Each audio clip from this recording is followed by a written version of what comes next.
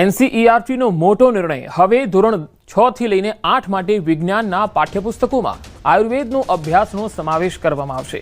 નવી પેઢી ભારતીય જ્ઞાન પરંપરા શીખશે. દૈનિક દિનચર્યા, ઋતુગત દિનચર્યા અને આરોગ્ય સંતુલન પર વિશેષ ધ્યાન રખાશે.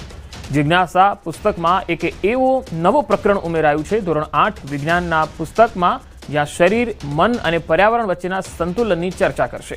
આયુર્વેદિક દૃષ્ટિકોણથી અભ્યાસ. ધોરણ 6માં પદાર્થોનું વર્ગીકરણ હવે આયુર્વેદિક દૃષ્ટિકોણ પર આધારિત હશે.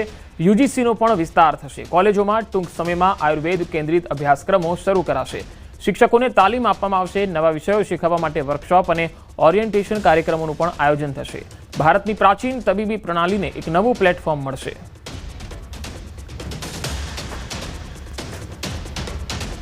જૂનાગઢના ધારાસભ્ય સંજય કોરડિયાને ધમકી મળી ગઈ છે. એ પણ જાનથી મારી નાખવાની ધમકી આપી છે. વોટ્સએપ ઉપર અપશબ્દોનો મેસેજ પણ કરવામાં આવ્યો. ધારાસભ્ય સંજય કોરડિયા પાસેથી ખંડણી માંગવામાં આવી. પ્રથમ 30 લાખ અને બાદમાં 5 લાખની માંગણી કરાઈ. અમદાવાદમાં આંગળીઓ કરવા ધમકી આપી. રોનક ઠાકુર નામનો આ શખ્સ છે, તેની સામે ફરિયાદ પણ થઈ છે. બી ડિવિઝન પોલીસ સ્ટેશનમાં ફરિયાદ થઈ છે. પોલીસે આ ફરિયાદ નોંધીને હવે તપાસ આદરી છે.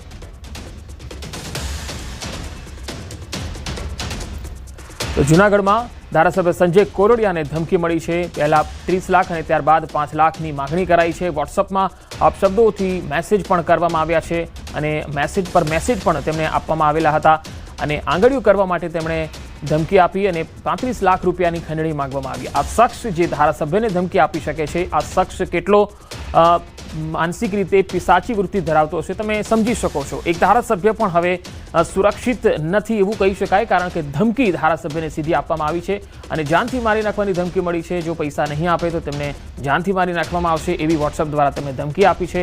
સંજય કોરડિયાએ આ જે વ્યક્તિ છે તેની સામે પોલીસમાં ફરિયાદ કરી છે.